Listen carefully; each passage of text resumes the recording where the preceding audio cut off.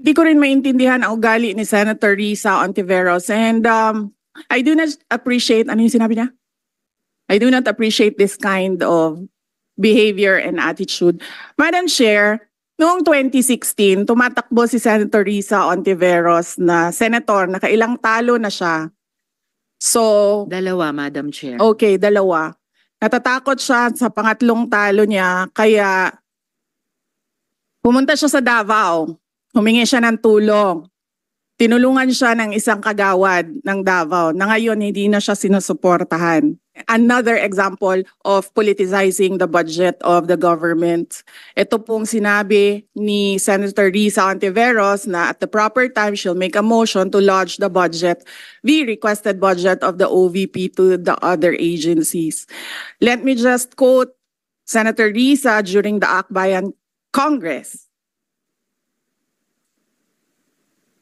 Alam ko po na ang daming kalat ni Duterte na hirap tayong linisin. Ang kadiliman noong panahon niya ay talaga namang nanuot sa ating lipunan para mansa na napakahirap tanggalin. At habang ang anak niya ay may kapangyarihan pa, hindi magiging madali ang ating laban.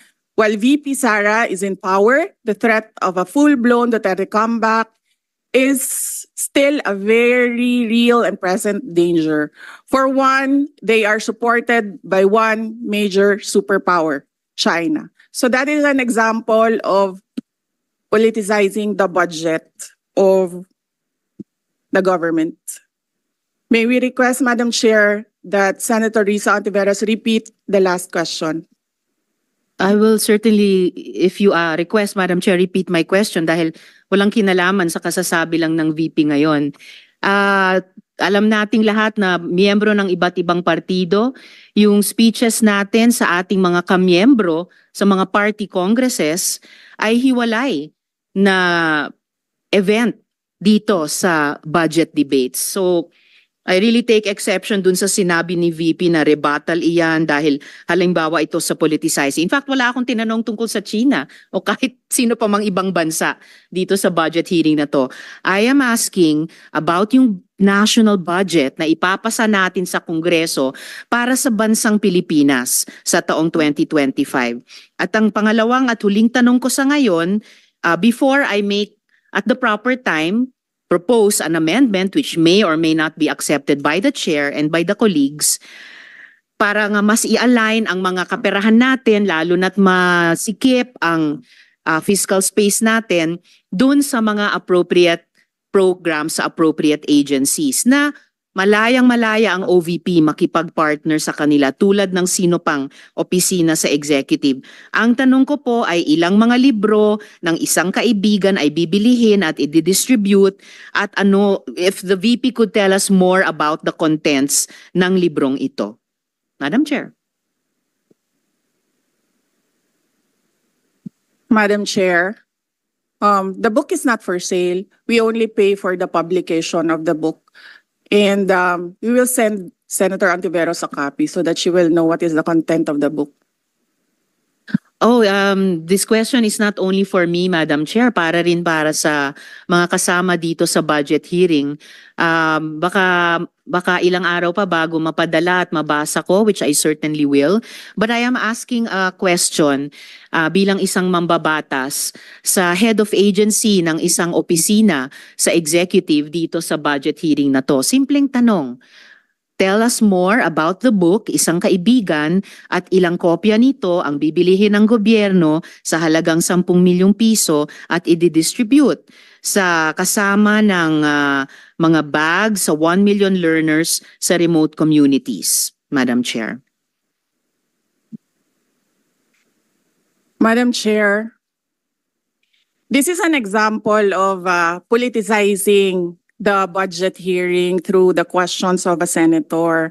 Ang problema niya kasi, nakalagay yung pangalan ko doon sa libro. At yung libro na yan, ibibigay namin doon sa mga bata. At yung mga bata na yan, may mga magulang na boboto. At yung pangalan ko ay nagkalat doon sa kung saan man ibibigay yung libro. Madam Chair, we commit to send tomorrow everyone in this room a copy of the book. Madam Chair, hindi ko maintindihan yung ugali ng ating resource person. It is a simple question. Paulit-ulit na this is politicizing. Ang VP ang nagbanggit ng salitang boboto. Wala akong sinabing boboto.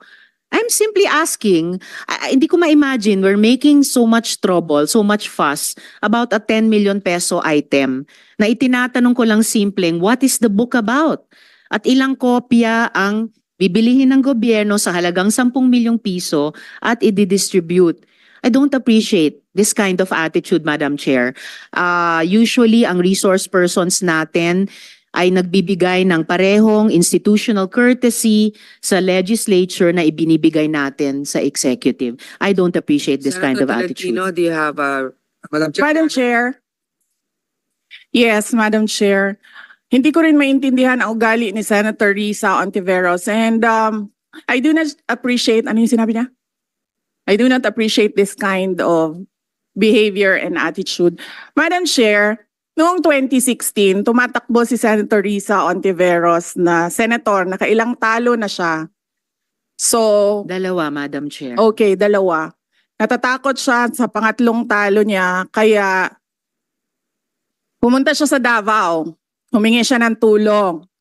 Tinulungan siya ng isang kagawad ng Davao na ngayon hindi na siya sinusuportahan. Humingi siya ng tulong sa akin, thinking na hindi mananalo si President Rodrigo Duterte. Kinausap niya ako ng kinausap doon sa law office ko sa Davao City. Sabi ko sa kanya, o sige, tutulungan kita. Chinika niya ako ng chinika. Tapos umalis siya. Siyempre, hindi naman siya tumutulong kay Pangulong Duterte. Hindi din totoo yung sinabi ko na tutulungan kita. Tinext niya ako. Pwede ba akong mag-follow up sa hinihingi kong tulong sa boto dyan sa Davao City? So sabi ko sa kanya, okay, sige. So, tinawagan ko at sinabihan ko at pinakiusapan ko ng pinakiusapan si former Congressman Milen Garcia. Sabi ko sa kanya, Kong, tulungan mo ito. Bigyan mo na lang ng ilang barangay mo at ilang mga leaders mo. Ayaw pa siya tulungan ni former Congressman Milen Garcia. Pinakiusapan ko ulit, Kong, please tulungan mo na lang. Nanalo na siya at nung nanalo siya, anong ginawa niya? Siya ang pinakaunang umatake kay President Rodrigo Duterte. Anong tawag sa ugaling ganito? With due respect to our resource persons and also our colleagues, I think this doesn't really. I understand there's history among all of us here, but I think that we should really stick to the budget. And I think this is just being very objective. I would like to ask also, since we're going to be furnished a copy tomorrow, we can look at it and evaluate what the content of the book is. But maybe just a general, we won't ask line by line, ano ba yung libro na yan? But tell me, is it for good manners and right conduct? That's fine. Is it science? Is it history? So maybe just a general one, so we can just answer it. Because I understand that every office will have its own advocacy and initiative. So, but then, I don't think it's also wrong for us to be curious what it is about. So just a general one. Any of the undersecretaries can tell me what the topic of the book is. Is it history? What is it? Madam Chair, the explanation is in the title, Isang Kaibigan. It's about friendship. Okay. Then that's for the record. It's about friendship. Madam Chair, just a last point. Okay. So kung sana ganun yung naging sagot sa simula pa, 'di ba? Napakasimple. Simpleng tanong, dapat simpleng sagot. Nagkwento pa ng kwento na sinabi dati na walang kinalaman sa tanong ko. Just for the record, as a last point, Madam Chair, this is public funds and we're making inquiries about them. Budget hearing po ito. Hindi po lahat about you. Pera po ito ng taong bayan. Okay. For the record, I Madam think Chair. that is Thank not you, yet Madam Chair. personal, but I Yes. understand the emotion is high. But let's continue on. If you have any more questions, Senator Risa, we will Those have are just my two questions, Madam Chair. Maraming salamat po. Thank you. Senator Tolentino, you had your hand raised earlier. Alan Cayetano is now recognized. Good afternoon, Madam Chair, Madam Vice President, magandang hapon po, and welcome to the Senate. Magandang tanghali. I'd like to note that this committee is ruled by the women and kaming mga men ay nasa sidelines lang. I'd also like to note that although as a senator, naintindihan ko si Senator Risa na siyempre mas gusto kong cordial yung sagutan. But we also have to take into context that this is both legislative and political. And there are attacks against the Vice President regardless saan nanggagaling. So a little bit of latitude dahil we want kakampi man o kalaban to feel welcome. But I agree with Senator Risa naman na, you know, how do we make it more cordial, no? So, Madam Vice President, may I ask just one question? Actually, two eh. One, nag-lunch na po ba kayo? And, Yes, Senator Cayetano, nag-lunch na po ako. And I'm very cordial yes, when it ma'am. comes to international diplomatic relations. Gusto nyo i-discuss natin yung West Philippine Sea. Yes. But hindi kasi ako plastic na tao. No, I agree with you, ma'am. That's why nga sinasabi ko po na hindi lang to legislative, political din. That's why you should be given the latitude to answer in the way that you feel it could be properly answered, di ba? So kaya ko lang tinanong kung nag-lunch kayo kasi in the first 2 years, I know that you got a very warm welcome sa Senate. So I'm hoping sa budget hearing it doesn't change, no? I remember ang daming pumunta sa lunch noon. So my question lang, ma'am, is what can we do for the Office of the Vice President? Meron bang ni-request sa DBM na wala sa budget nyo so that we can consider it at the proper time? No, we are already okay with the approved budget from the Department of Budget.